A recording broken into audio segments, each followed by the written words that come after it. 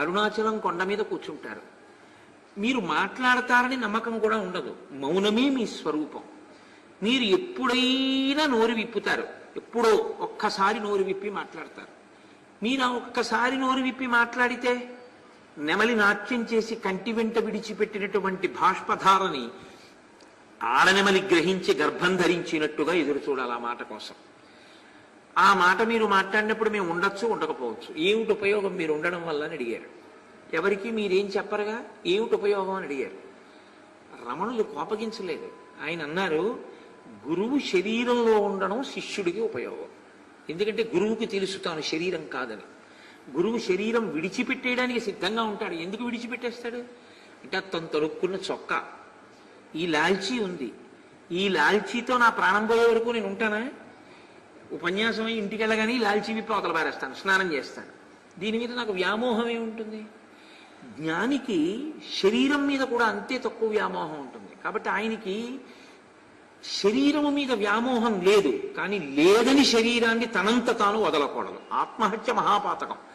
ఉన్ననాళ్ళు ఉంటుంది, ఊడిపోతే ఊడిపోతుంది. కాబట్టి దాన్ని అలా చూస్తూ ఉంటాడు. కానీ ఆయన అలా శరీరంలో ఉంటే ఎవరికి ఉపయోగం? శిష్యులకు ఉపయోగం. ఏమిటి ఉపయోగం? ఆయన ఎప్పుడప్పుడు మాట్లాడతారు, ఒక్క మాట మాట్లాడతారు చాలు. ఆ ఒక్క మాట జీవితానికి ఒక కొత్త దిశానిర్దేశాన్ని చేస్తుంది, ఒక కొత్త స్థితిని ఆవిష్కరిస్తుంది.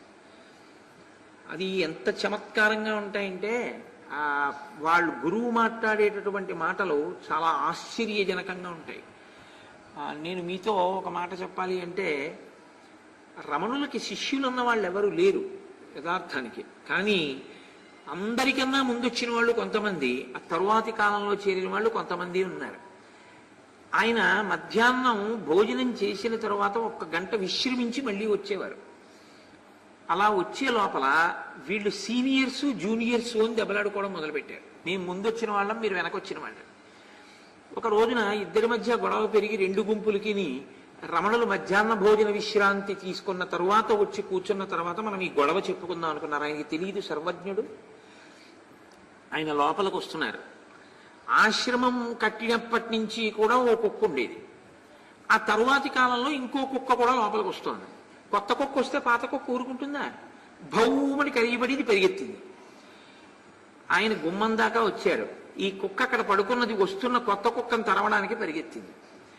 ఆయన 2 బృందాలుగా నించున్నటువంటి తన అంతేవాసుల వంక చూసి అన్నారు, ఆశ్రమంలోనే ఉన్నా, నాతోనే ఉన్నా, అదేం నేర్చుకోలేదు, కుక్క కదా, అందుకని కలియబడుతుంది. పాత కుక్క కొత్త కుక్క అని భేదాలు ఉంటాయి, అది కుక్క కాబట్టి అని లోపలికి వెళ్ళాడు. అంతే, ఇంకా తర్వాత ఎప్పుడు గొడవలేదు.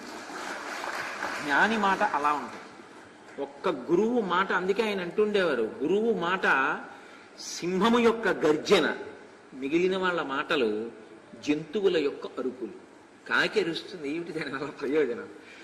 ఓ పిల్ల అరుస్తూ ఉంటుంది, కుక్క అరుస్తూ ఉంటుంది, అవన్నీ ఎవరు పట్టించుకుంటారు? ఒక్క సింహం గర్జించింది అనుకోండి, అన్ని జంతువులు వెళ్ళిపోతాయి.